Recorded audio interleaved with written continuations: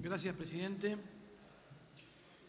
Esta ley de presupuesto que estamos tratando, ley de presupuesto 2016, representa la última de un ciclo que ha estado caracterizado por dos metodologías que han atravesado estos 12 años, o dos características.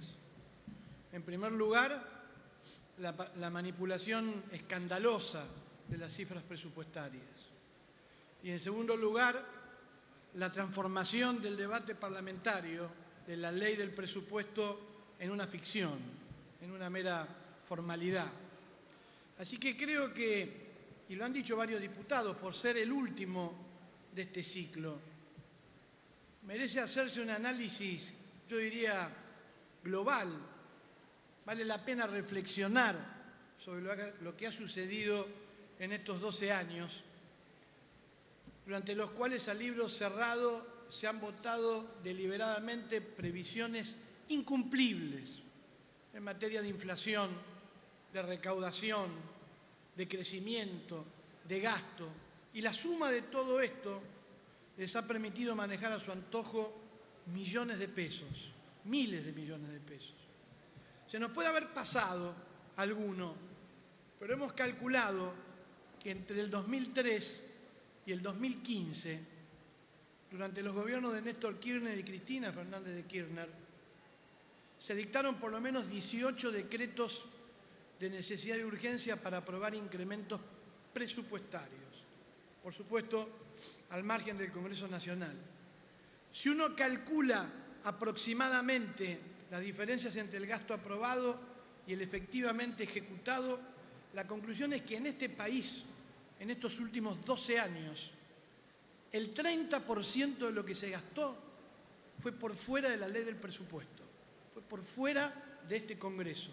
Para que se entienda bien, en términos porcentuales del PBI, estamos diciendo que, por ejemplo, en el 2014, estas ampliaciones presupuestarias representaron más de 5 puntos. ¿Sabe cuánto es, presidente? 305.000 millones de pesos, solamente en el 2014. Este que estamos tratando para el 2016 es un exponente más de esta metodología. Primero por los antecedentes de los últimos años, porque es casi imposible que en el 2016 se cumpla la previsión de un crecimiento de ingresos del 21% y menos de gastos del 15.8%. Alberdi dijo una vez una genialidad con respecto al tema del presupuesto. Él decía que con el presupuesto se puede calcular muchas cosas, pero por sobre todo, y lo más importante, se podía calcular el grado de sensatez de un país.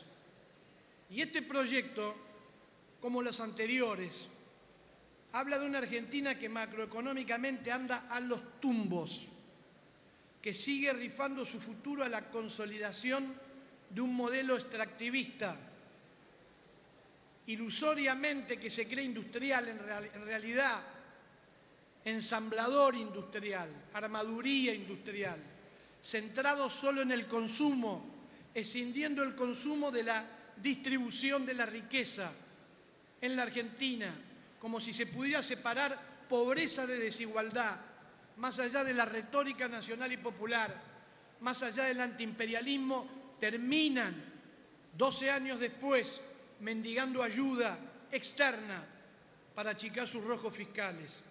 Entonces, ¿de qué sirvieron estos 12 años de discrecionalidad presupuestaria? ¿Qué saldo le dejó al país? Porque la estructura tributaria sigue siendo tan regresiva como la del 2003. El IVA que grava por igual el consumo de ricos y pobres y que sigue representando, que representa ahora entre el 27 y el 28% de la recaudación. La participación del impuesto a las ganancias se elevó de un 20 a un 22, pero no por gravar ganancias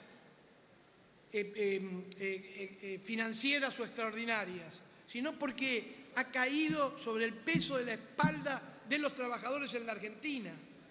Este proyecto es paradigmático en lo que estoy hablando, porque mientras prevé para el 2016 un crecimiento de la inversión en seguridad social del 24.4%, el gasto en finalidades como trabajo, industria, vivienda y urbanismo, alcantarillado, agua potable, crece en todos los casos, por debajo de la inflación, incluso la subestimada del Poder Ejecutivo. Para entender por qué la inversión pública no ha frenado y revertido las grandes desigualdades de la Argentina y casi 10 millones de argentinos son pobres, hay que mirar esas cifras. Pero también hay que mirar lo que se pierde en corrupción.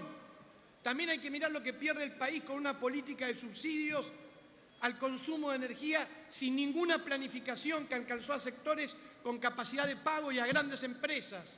Hay que mirar la inflación y a su negación y a la destrucción del INDEC. Hay que mirar a una política de desendeudamiento que en la práctica significó el pago a acreedores privados a costa de tomar deuda con el Estado argentino, con el sistema de previsión, con el ahogo de las provincias, con las reservas, y eso lo pagaron los jubilados, lo pagan los jubilados, lo pagan los asalariados, lo pagan las provincias.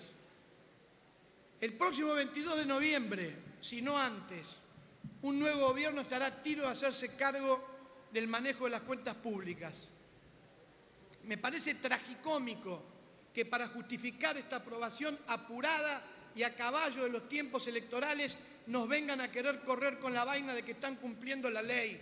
Sí, una ley manda enviar el proyecto de presupuesto el 15 de septiembre, pero no hay ninguna que ordene su sanción en tiempo récord. De hecho, desde 1993, 14 de 23 presupuestos fueron aprobados en el transcurso del mes de diciembre. Si hubiera voluntad política, tranquilamente podrían habilitarse el periodo de sesiones extraordinarias y permitir que la mayoría surgida de la elección de octubre trabajen en una ley que adecue sus premisas y la distribución de los recursos a los lineamientos generales de la nueva gestión. Podrán decirnos, finalmente, señor presidente, que le queda al gobierno entrante la posibilidad de introducir modificaciones a esta ley a través de una remisión de un proyecto o por la vía de DNU. No estamos de acuerdo. Sería una lástima poner al nuevo gobierno en la disyuntiva de tener que recurrir a los mismos mecanismos con los cuales el actual gobierno le escondió a la democracia del pueblo argentino la discusión del presupuesto durante 12 años. Por estas razones no convalidamos ni los tiempos, ni el mecanismo, ni mucho menos los contenidos de este presupuesto y por eso lo vamos a votar en contra. Muchas gracias.